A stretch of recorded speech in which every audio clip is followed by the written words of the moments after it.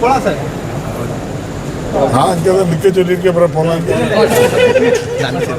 இந்த பக்கம் தமிழக அரசோட நிதிநிலை அறிக்கை எப்போ இதாகுது? எவ்வளோ நாள் கூட்டத்தில் அது ஏற்கனவே நேற்று முன்தினம் சொல்லி 17ஆம் தேதி இடைக்கால நிதிநிலை அறிக்கை இருக்குது. அதில் எல்லாம் பேசிக்கலாம். பெரிய பட்ஜெட் அறிக்கை எப்படி இருக்குன்னு நீங்கள் தான் சொல்லணும். பார்த்து இதுவரை எப்படி இருக்கோ அதே போல் சாமானிய மக்களுக்கு நன்மை தரக்கூடிய பட்ஜெட்டாக இருக்கும். திருநெல்வேலி சட்டமன்ற தொகுதியில் திமுகவோட வெற்றி வாய்ப்பு எப்படி இருக்குது? வேலைகள் நீங்கள் சொல்லாத செய்யணும்.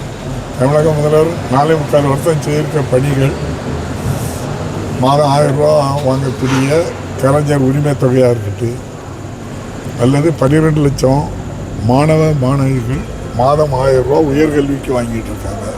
10 லட்சம் பேருக்கு லேப்டாப் கொடுத்துருக்கு. இன்னும் 10 லட்சம் பேர் கொடுக்க போகிறாங்க. விடியல் பயணம் டெய்லி 57 லட்சம் பேர் போகிறாங்க. மக்களை தேடி மருத்துவம் 2,58 லட்சம் பேர் பயன்படுறாங்க. திராவிட முன்னேற்ற கழக தலைவர் மாண்புமிகு முதல்வர் அவர்களுக்கு தேர்தல் பணியாற்றுறதுக்கு நான் சொன்னேன். இவங்க அவ்வளோ பேரும் தயாராக இருக்காங்க. மிகப்பெரிய வெற்றியை நம்முடைய மாண்புமிகு முதல்வர் பெறுவார். நன்றி.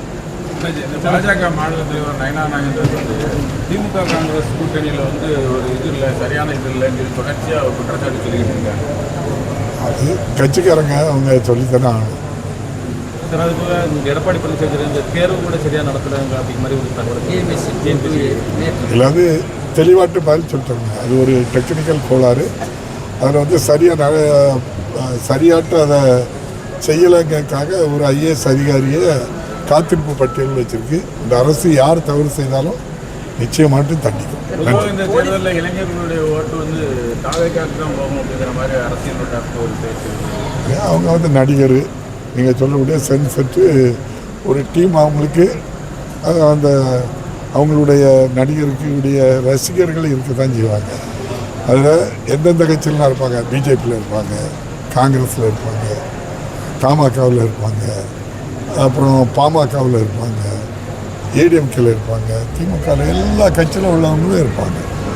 அவருடைய மாண்புமிகு முதல்வருடைய 5 ஆண்டு கால சேவை இருக்குல்ல, அது அவ்வளோ சாமானிய மக்களுக்கு செய்யுது. அந்த மக்கள் நன்றியோடு இருக்காங்க. எப்படி இதுவரை 10 தேர்தலில் ஜெயித்தாங்களோ 11ஆவது தேர்தலையும் வெற்றி பெற்று 200க்கு அதிகமான சீட்டில் மாண்புமிகு முதல்வர் வெற்றி பெறுவார். நன்றி, வணக்கம்.